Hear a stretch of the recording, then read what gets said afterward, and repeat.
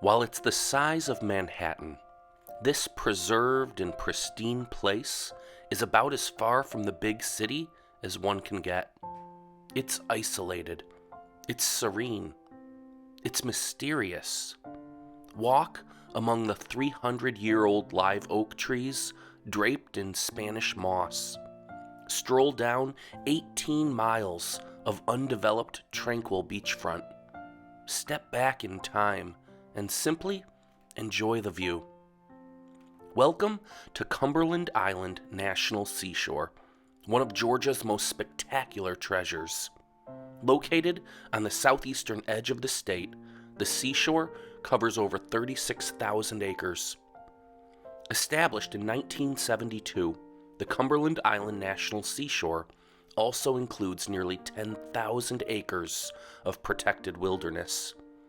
This area protects wildlife, sea turtles, birds, and multiple ecosystems, including maritime forests, salt marshes, freshwater wetlands, tidal creeks, and undeveloped beaches.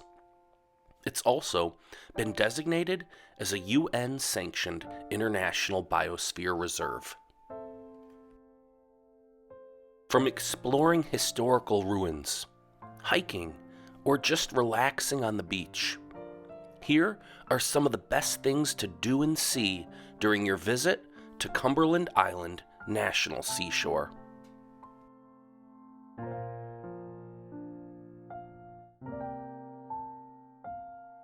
For starters, there's no bridge to the island.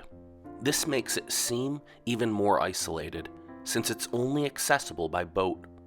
The Cumberland Island Ferry, departing from the Cumberland Island National Seashore Visitor Center on mainland St. Mary's, is a 45-minute trip. It makes for a terrific day trip. If you'd like to stay longer, there are many camping options available. Amenities, however, do not exist, apart from a few bathrooms and water filling stations. So be certain to bring enough food and water for your stay on the island. And don't forget to catch the last ferry off the island for the day.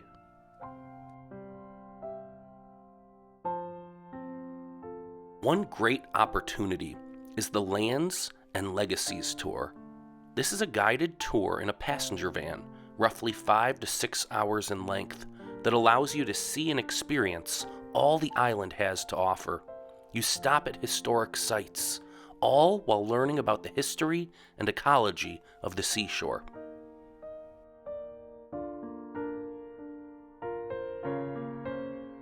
There's some interesting history here, too.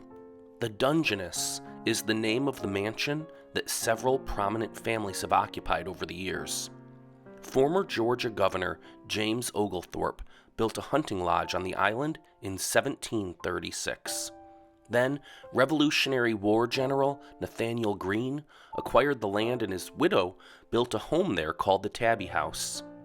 The property was purchased by Thomas Carnegie, brother to Andrew, in the 1880s, and a new mansion was constructed. Actually, it was a replica of a Scottish castle. In addition to this 59-room castle, his wife built estates for her children, including Grayfield, Plum Orchard, and the Stafford Plantation. Unfortunately, the Dungeness Mansion burned in 1959. The Carnegies owned 90% of the island.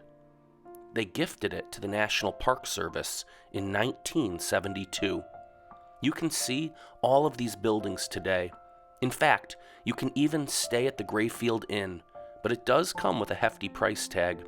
This restored 15-room inn is an all-inclusive luxury experience.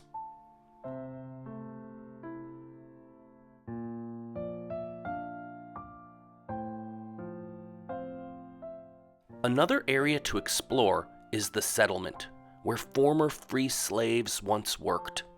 The first African Baptist church was made famous in 1996, as it was the church where JFK Jr. and Carolyn Bessette were quietly married.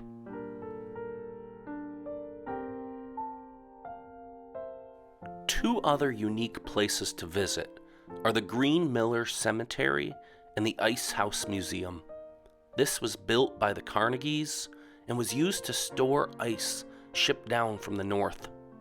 The museum also features the history of the island.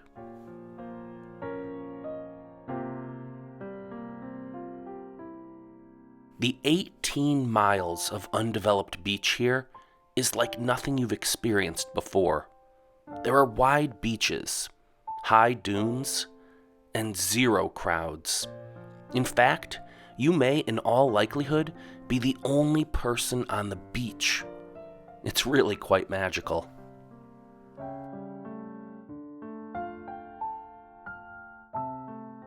You can also hike and bike around the island. There are 50 miles of trails and roads. You can bring your own bike on the ferry or rent them once you dock on shore.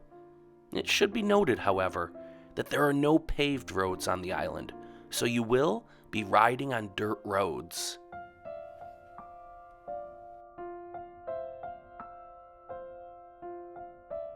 The island is home to feral horses, descendants from abandoned horses from both early English settlements and those who fled during the Civil War. The National Park Services estimates there are anywhere between 120 and 148 of them. They graze around, run on the beach, and enjoy their freedom.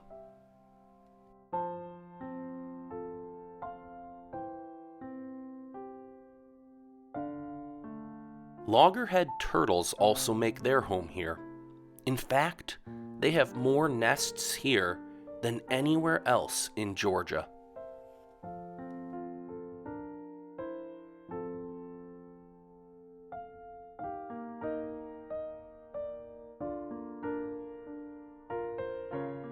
The beauty here is unmatched. It feels like one of the few places not touched by the outside world. If you love conservation, adventure, history, and unparalleled natural wonder, you'll love your time here at Cumberland Island National Seashore. Not only is it one of Georgia's treasures, it's a treasure of the United States too.